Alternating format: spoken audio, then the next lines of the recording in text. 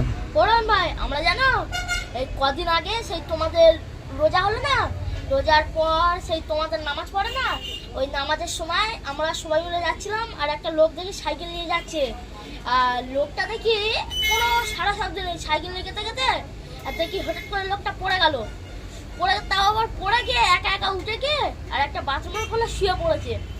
এবার তার তো কোনো সারা শব্দ নেই, তার বাড়ির লোককে ডাকা হলো, তার বাড়ির লোক এসে দেখছে তার কোনো শব্দ নেই, সে এক কোলে শুয়ে পড়ে গ গ করছে। তারপরে কেউ তো কোনো কিছু বুঝতে পারে না। তারপরে তাকে কিছু খাওয়ানো হচ্ছে, সে কিছু খাওয়াচ্ছে না, তার ঘরে গেল, তার বাচ্চা কাচ্চা তো খুব কাঁদছে, কিন্তু তার কোনো হোশই ফিরছে না।